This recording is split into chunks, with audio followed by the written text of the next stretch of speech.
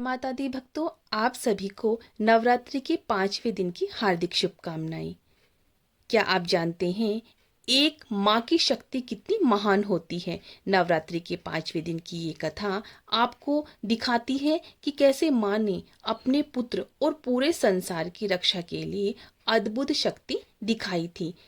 आज सुनेंगे माँ स्कंद माता की चमत्कारी कहानी। नवरात्रि का 5वां दिन माँ स्कंद माता को समर्पित होता है। ये भगवान कार्तिकेय की माता हैं, इसीलिए उन्हें स्कंद माता कहा जाता है। इनकी गोद में बाल स्कंद विराजमान रहते हैं, जो वीरता और शक्ति के प्रतीक हैं। आइए सुनते हैं उनकी पावन और प्रेरणादायक कथा।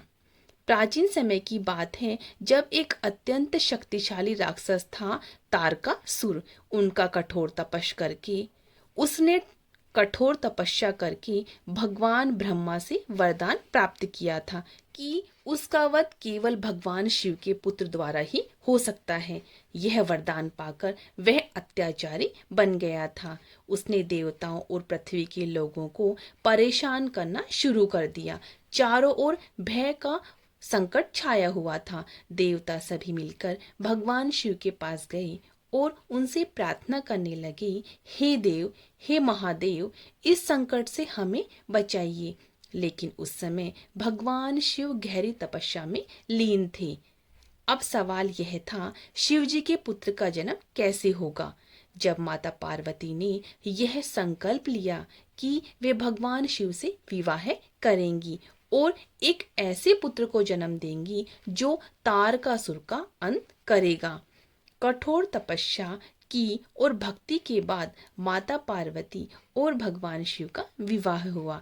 समय बीतने के बाद उनके पुत्र का जन्म हुआ, भगवान कार्तिकेय। माता पार्वती ने बड़े प्रेम और स्नेह से उसका पालन पोषण किया। उनकी गोद में बैठा बाल स्कंद बहुत ही तेजस्वी और वीर था। भक्तों, यहीं से शुरू होती है माँ स्कंद माता की असली महिमा। जब कार्तिकेय बड़े हुए तो उन्हें देवताओं की सेना और सेनापति बनाया गया। माँ स्कंद माता ने अपने पुत्र को साहस, शक्ति और धर्म का पाठ सिखाया।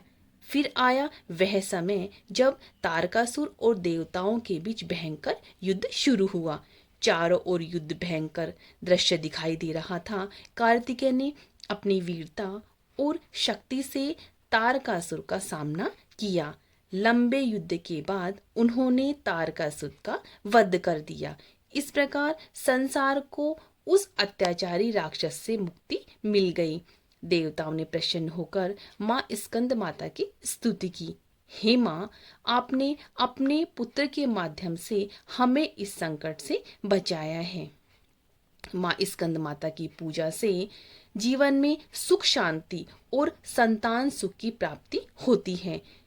इनकी कृपा से व्यक्ति के सभी कष्ट दूर हो जाते हैं। जो भी सच्चे मन से इनकी आराधना करता है, उनके जीवन में कभी भी कोई बाधा नहीं आती है।